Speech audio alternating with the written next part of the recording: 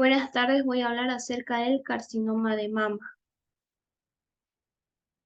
El carcinoma de mama es una neoplasia maligna, el cual es muy frecuente y mortal de las mujeres en todo el mundo. Se muestra aproximadamente cada año 1,7 millones de casos, el cual una de cada tres de las afectadas mueren de la enfermedad.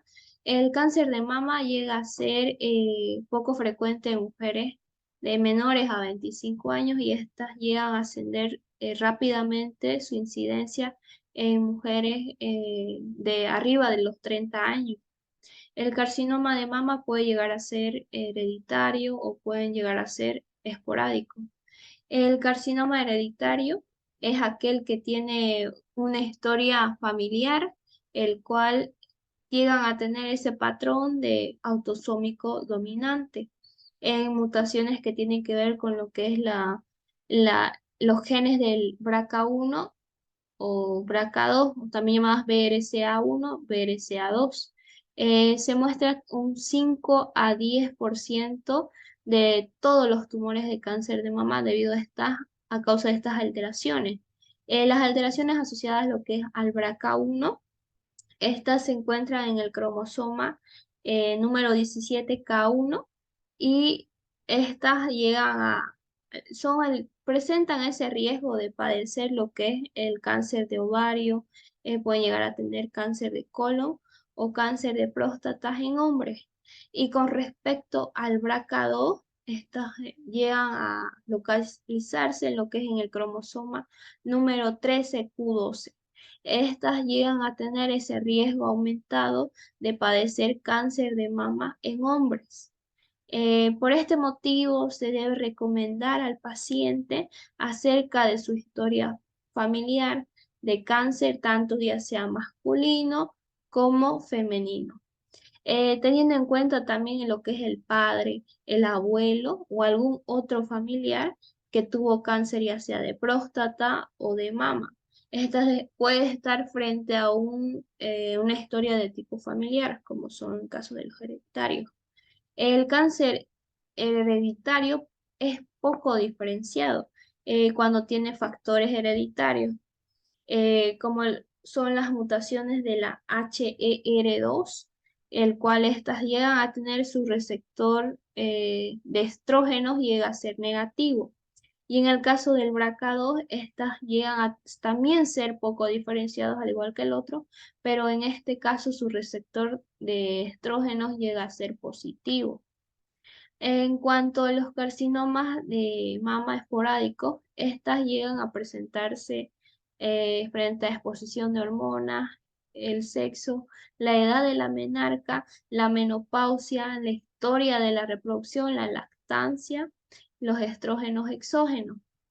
Bueno, en cuanto al- a los síndromes o enfermedades que pueden llegar a tener un riesgo aumentado, estas para desarrollarse posteriormente se dé el cáncer de mama. Tenemos acá una pequeña lista.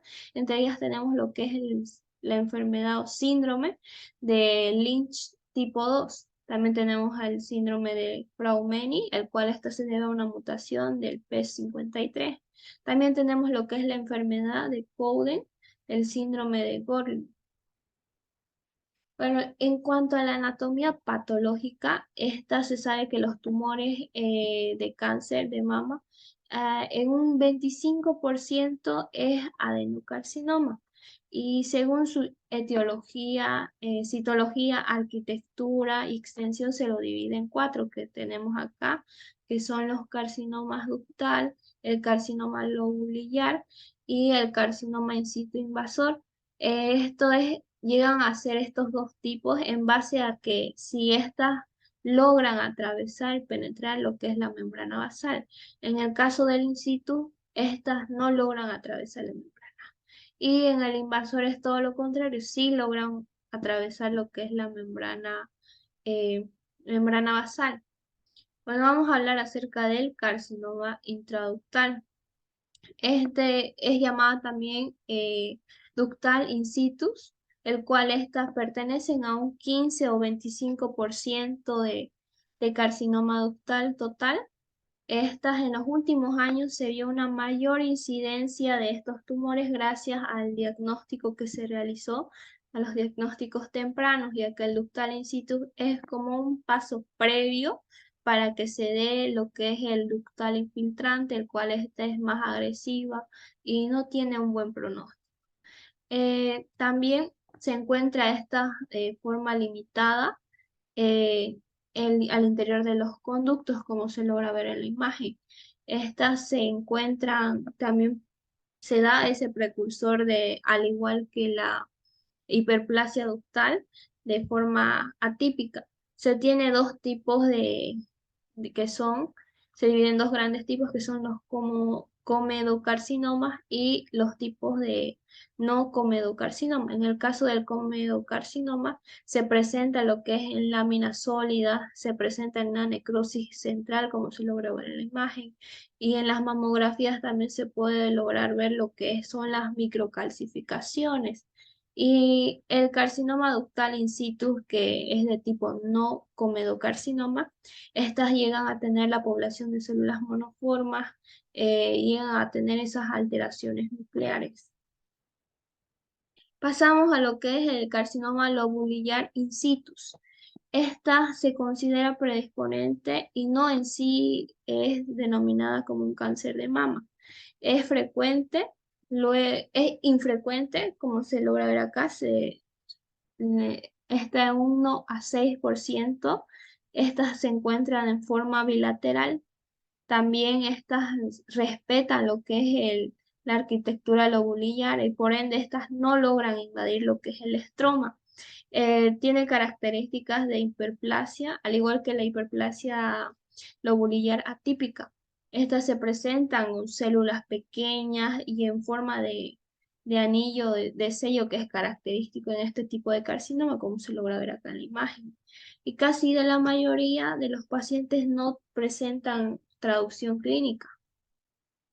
Pasamos al carcinoma ductal invasor.